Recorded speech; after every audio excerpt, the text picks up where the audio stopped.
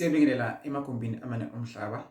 Umbulo lapha ekhaya sizophendula umbuzo obuziwe umunye obalandeli balapha ekhaya kwaDoza Open. Udlamini okhulumayo njengamanje.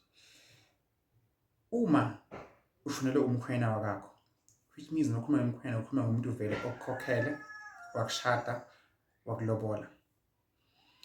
Laba esuke bagcwalise leyo nzilo yibo ekumele bakukhumule lenzilo emnyama bese uyagezwa futhi emveni kwalokho.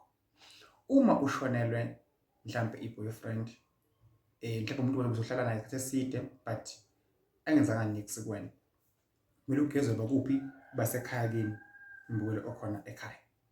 And futhi ukugeza kumgcoka umbukelo okhona ekhaya kumuntu mayephila nje emhlabeni.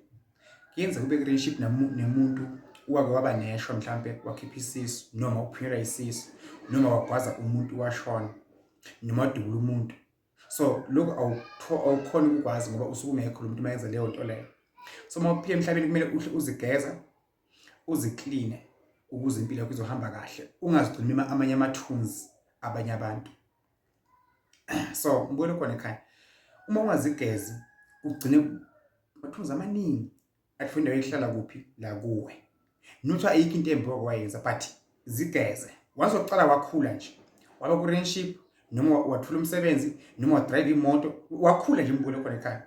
Hlala uzigeza, uzidilize because amathunzi ekwazi lapho ngahle uwathola khona.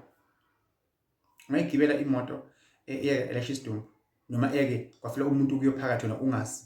Mhlawumbe lithuze inyama ligcine limema la kuwe umbukelo okhona ekhaya. Akudingi uze kube nguwe owenza into ebhedayo ukuba nethunzi, no. Lokuphila nje wakho emhlabeni umbukelo khona ekhaya, amathunzi amnyama azoba khona empilweni yakho. Inkosi nibusise Dlamini, Simpumalanga, Doza Open. Into zenu mazihambe kahle. uNkulunkulu aphe nginani, ngiyanithanda kakhulu.